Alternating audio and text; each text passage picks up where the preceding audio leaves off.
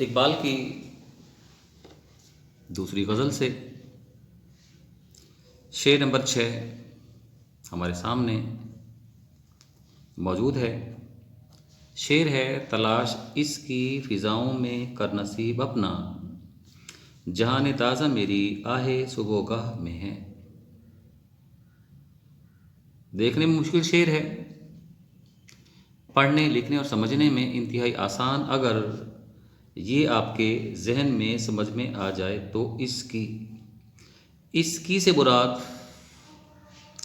اقبال کے افکار ہیں، اقبال کے اشعار ہیں، اقبال کے نظریات ہیں۔ اقبال کیا کہتے ہیں؟ فضاؤں میں کر نصیب اپنا، میرے افکار پر عمل کر کے تو اپنے نصیب، اپنے مقدر کو سنوار سکتا ہے۔ کیونکہ یہ اشعار نہیں ہیں بلکہ جہان تازہ میری آہ صبح گاہ میں ہے۔ یہ اشعار نہیں ہیں بلکہ یہ آہ صبح گاہ میں مانگی جانے والی دعائیں ہیں، جن کے طفیل مجھے یہ سب کا سب حاصل ہوا۔ سمجھ آ رہی بات آپ کو؟ اقبال بتانا چاہتے ہیں کہ میرے کلام سے پر عمل کر کے تو اپنا مقدر تبدیل کر سکتا ہے، کیونکہ یہ محض کلام نہیں ہے بلکہ وقت تہجد نکالی جانے والی آہیں ہیں۔ اگر تو ان آہوں پر، ان افکار پر عمل کرے گا تو اپنے لیے تو نئی نئی دنیایں دریافت کر سکتا ہے۔ کلام میں اپنی یا اپنے کلام کی تعریف کرنا بیٹا صنعت تعلی کہلاتی ہے۔ جب کوئی شاعر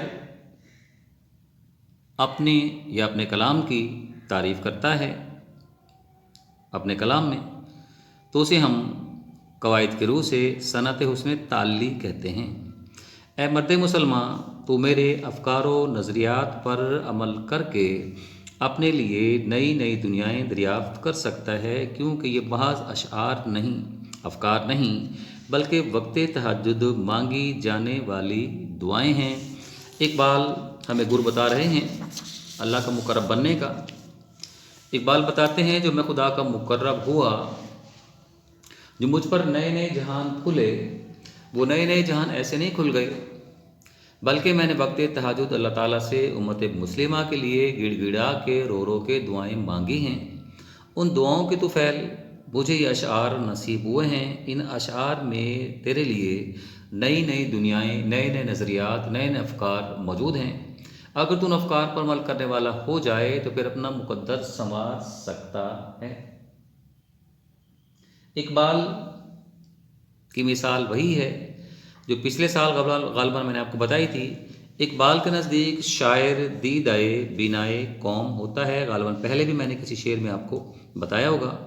شاعر اقبال کے نزدیک، اقبال کا خیال ہے کہ شاعر دیدۂ بینائے قوم ہے، یعنی وہ قوم کی آنکھ ہے۔ اقبال بتاتے ہیں، غالباً پہلے میں نے آپ کو لکھوایا ہوگا، مبتلائے درد کوئی عضو ہو روتی ہے آنکھ، کس قدر ہمدرد سارے جسم کی ہوتی ہے آنکھ۔ اسلامی مساوات میں غالباً میں نے آپ کو یہ مجھے یاد آ گیا ہے شعر لکھوایا تھا۔ شاعر معاشرے کا حساس فرد ہے، حساس طبقہ ہے۔ اقبال نے پوری زندگی مسلمانوں کو خواب غفلت سے بیدار کرنے میں گزار دی۔ وہ خود تو راتوں کو جاگ جاگ کر قوم کی ترقی کے لیے دعائیں مانگتے رہے، ان کے کھوئے ہوئے مقام کو حاصل کرنے کے لیے اللہ کی بارگاہ میں سربسجود رہے۔ اقبال خود بھی سحر خیز تھے، صبح کو جلد اٹھنے کے عادی تھے، اور دوسروں کو بھی اس کی برکت اور اس کے جو فیوز ہیں ان سے آشنا کرتے ہیں۔ اقبال لندن کی سرزمین پر رہے، پھر بھی آداب سحر خیزی کو اقبال نے ملحوظ خاطر رکھا۔ اس شعر میں اقبال بتاتے ہیں کہ جب میں صبح کے وقت خدا کے حضور میں روتا ہوں تو اللہ تعالیٰ اس کی عوض مجھے فکر کی بلندی عطا کرتا ہے۔ میں اس صبح کی فریاد کو فکر کا لباس پہنا کر اپنے اشعار میں پیش کر دیتا ہوں۔ اگر کوئی میری فکر کو اپنانا چاہتا ہے اور کامیابی کی راستے پہ چلنا چاہتا ہے تو میرے اشعار کا مطالعہ کرے۔ میرے اشعار کے مطالعے کے بعد اس پر نئی نئی دنیایں کھلنا شروع ہو جائیں گی۔ اقبال کے تصور عشق کو لے لیں تو اقبال بتاتے ہیں عشق کی ایک ہی جست نے، اب اقبال کے اشعار افکار کون سے ہیں؟ عشق کی ایک ہی جست نے کر دیا قصہ تمام، کر دیا قصہ تمام، اس زمین و آسماں کو بے قراں سمجھا تھا میں۔ یہ شعر پہلے لکھوا چکا ہوں اس لیے مفہوم بتانا ضروری نہیں ہے۔ عشق نے ایک ہی چھلانگ لگائی اور زمین آسمان کی تمام حدیں پار کر گیا۔ یہاں اقبال میں عشق کا درس دیتے ہیں، وہ عشق جو انسان کو زمین کی پستیوں سے آسمان کی بلندیوں پر پہنچا دیتا ہے۔ یہ وہ افکار ہیں اقبال کی، وہ فکر ہے جس پر عمل کرنے کے بعد ہم نئی دنیایں دریافت کر سکتے ہیں۔ اقبال کا دوسرا فلسفہ مرد مومن ہے۔ کوئی اندازہ کر سکتا ہے اس کے زور بازو کا، نگاہ مرد مومن سے بدل جاتی ہیں تقدیریں۔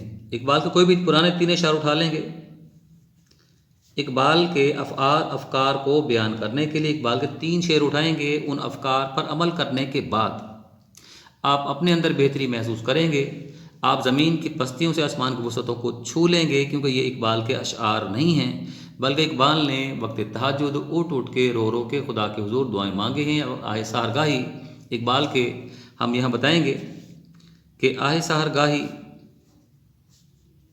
یا آہ صبح گاہی اقبال کے کلام میں مرکزی اہمیت کی حامل ہے۔ یہ وہ وقت تہجد ہے کہ جس میں خدا اور اس کے بندے کے بیچ کوئی اور تیسرا شخص موجود نہیں ہوتا، خالق اور مخلوق کا براہ راست رابطہ ہوتا ہے۔ پھر اقبال امت مسلمہ کے لیے رو رو کے دعائیں مانگتے ہیں۔ اقبال کے دل میں قوم کا درد موجود ہے اور پھر اس کے عوض اللہ تعالیٰ جو اقبال کو عطا کرتے ہیں وہ اقبال کے افکار و نظریات ہیں۔ پھر افکار و نظریات وہ چیز ہیں جن پر عمل کرنے کے بعد ان کی فیض و برکات ہم حاصل کر سکتے ہیں۔ تو اقبال بتاتے ہیں کہ اگر تو اپنے لیے نئے نئے جہان کھولنا چاہتا ہے تو میرے اشعار پر عمل کرنے والا ہو جا، تیرے لیے خدا خیر کے راستے کھولے گا، تجھے شر سے محفوظ رکھے گا، کیونکہ یہ محض اشعار نہیں ہیں بلکہ وقت تہجد رو رو کر مانگی جانے والی دعائیں ہیں۔ اقبال آہ سحرگاہی سے متعلق بتاتے ہیں کس قدر تم پہ گراں گراں بھاری وزنی ہو گئی، صبح کی بیداری ہے ہم سے بزبان اللہ۔ اقبال بول رہے ہیں ہم سے کب پیار ہے، ہاں نیند تمہیں پیاری ہے،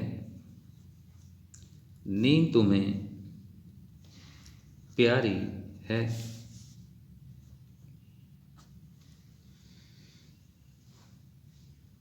اقبال کا ایک اور شعر ہے میرے ذہن میں اس وقت نہیں آ رہا، وہ شعر پہ غالباً میں نے آپ کو پچھلی غزل میں صبح کے حوالے سے تھا کہ خودی کے عارفوں کا ہے مقام بادشاہی، ذہن میں نہیں آ رہا۔ دوسرا مصرع لکھ رہا ہوں یہاں پہ، آپ دیکھ لیجئے گا۔ یہ پیام دے گئی آ گیا ہے، یہ پیام دے گئی ہے مجھے آہ صبح گاہی کہ خودی کے عارفوں کا ہے مقام بادشاہی، خودی کو پہچانے والوں کا مقام بادشاہی ہے۔ یہ پیام اقبال کو وقت تہجد جاگنے کے باعث نصیب ہوا۔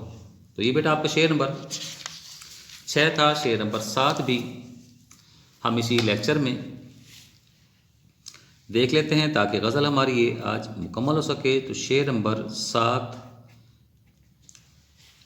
آپ لوگوں کا شعر ہے اور وہ پھر تعلی کا شعر ہے۔ اقبال کہتے ہیں میرے کدو کو غنیمت سمجھ کے بعد آئے ناب، نہ مدرسے میں ہے باقی نہ خانقاہ میں ہے۔ کدو سے مراد کدو کی چھال کا بنا ہوا پیالہ، کدو کی چھال کا بنا پیالہ، یہ کدو ہوا، اسے درمیان سے کاٹ لیں، گودا نکال لیں تو یہ کشکول بن جاتا ہے، یہ کشکول ہو گیا، اسے پیالہ کہا جاتا ہے۔ یہ گول کدو ہے، اسے کاٹ لیں، اندر سے گودا نکال دیں تو یہ پیالہ بن جاتا ہے۔ غنیمت سمجھنا کافی سمجھنا ہو گیا۔ بادائے ناب سرخ شراب ہو گئی۔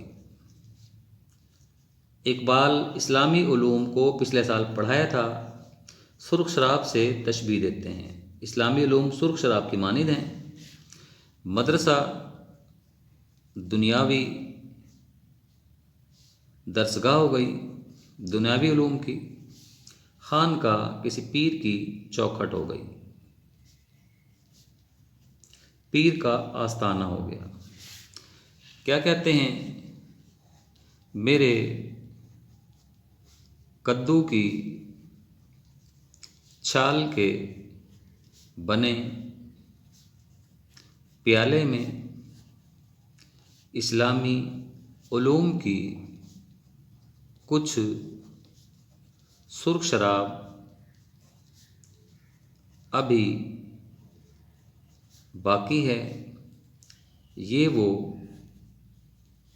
شراب ہے جو نہ تجھے کسی دنیاوی درسگاہ میں مل سکتی ہے، نہ کسی پیر کے آستانے سے حاصل ہو سکتی ہے۔ یہاں پھر ایک وضاحت طلب نکتہ ہے۔ اسلامی علوم سرخ شراب کی مانند ہیں جسے خالص شراب کہا جاتا ہے۔ اس شراب کو پینے کے بعد، ان علوم کو حاصل کرنے کے بعد انسان بہکتا نہیں ہے، لڑکھڑاتا نہیں ہے،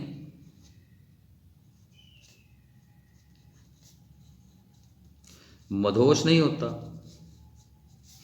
بلکہ ہلکے ہلکے سرور کا شکار رہتا ہے۔ یہ سرخ شراب سے مراد خالص شراب ہو گئی، خالص شراب سے مراد اسلامی علوم ہو گئے۔ شعر میں دوسری مغربی علوم اقبال کے نزدیک غیر خالص شراب کے مانند ہیں، جسے پینے کے بعد انسان بہک جاتا ہے۔ آپ ذہن میں پہلے تو یہ بات ضرور رکھیں گے۔ تو یہاں بادائے ناب سے مراد میرے کدو کو، اقبال بتاتے ہیں میرے پیالے میں، میرے پاس، میرے دل میں، دل کے پیالے میں اسلامی علوم کی کچھ شراب موجود ہے، یعنی گویا میرے پاس اسلامی علوم کا کچھ ذخیرہ ابھی موجود ہے۔ یہ وہ ذخیرہ ہے جو نہ تو دنیاوی مدرسے میں مل سکتا ہے، یہ وہ ذخیرہ ہے جو تجھے کسی پیر کے دربار سے بھی نہیں مل سکتا۔ یہ وہ افکار ہیں، یہ وہ نظریات ہیں۔ پچھلے شعر سے پیوستہ شعر ہے۔